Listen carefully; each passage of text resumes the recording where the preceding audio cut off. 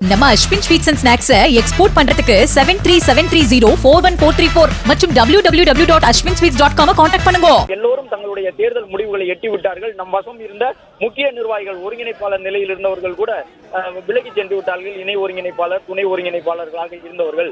எனவே மீண்டும் நீங்கள் ரகசிய வாக்கெடுப்பு போன்ற அந்த கருத்துக்களை கேட்கணும்னா வெளிப்படையாக பேசுங்கள். நமக்கு இருக்கக்கூடிய அரசியல் வாய்ப்புகள் என்ன என்பது குறித்தும் தொண்டர்களுடைய மனநிலை என்ன என்பதையும் நீங்கள் புரிந்து கொள்ள வேண்டும்.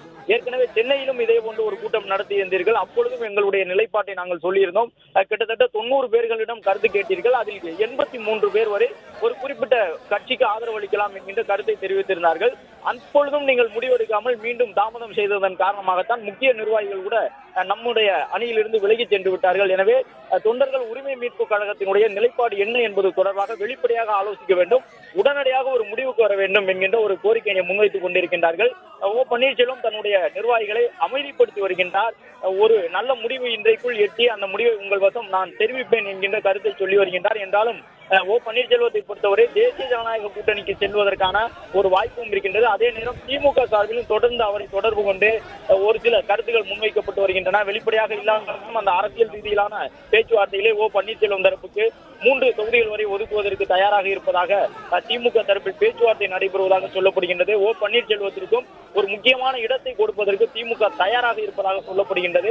எனவே அந்த முடிவை எடுக்கலாமா? அவர்கள் மதிப்பு தொடர்ந்து தன்னுடன் பேசி வருவதாக ஓ பன்னீர்செல்வம் நிர்வாகிகளிடையே சொல்லியிருக்கின்றார்.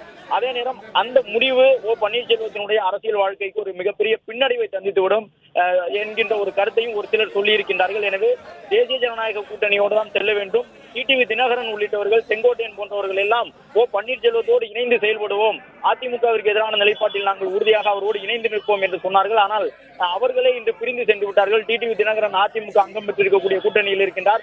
செங்கோட்டையனும் தன்னுடைய எதிர்கால அரசியல் நலன்கிறது வேறு ஒரு நிலைப்பாட்டுக்கு சென்று விட்டார். எனவே ஓ பன்னீர்செல்வம் தனிப்பட்ட முறையிலே தொடர்ந்து இன்னும் அதிமுகவை எதிர்ப்பது சரியாக இருக்காது.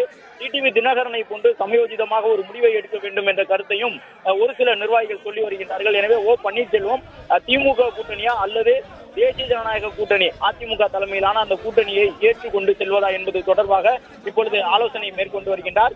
இதுவரை இல்லாத அளவிற்கு ஓ பன்னீர்செல்வத்தினுடைய ஆதரவாளர்கள் இந்த முறை தங்களுடைய ஆதங்கத்தை வெளிப்படுத்தி இருக்கின்றார்கள். ஓ பன்னீர்செல்வத்திற்கு எதிரான ஒரு கோபமாக அது இல்லாமல் ஓ பன்னீர்செல்வம் உடனடியாக ஒரு நிலைப்பாட்டை எடுக்க வேண்டும், அவருடைய அரசியல் எதிர்காலத்திற்கும் அதுதான் சரியாக இருக்கும் என்ற அடிப்படையிலே அவர்கள் தங்களுடைய ஆதங்கத்தை வெளிப்படுத்தி வருகின்றார்கள்.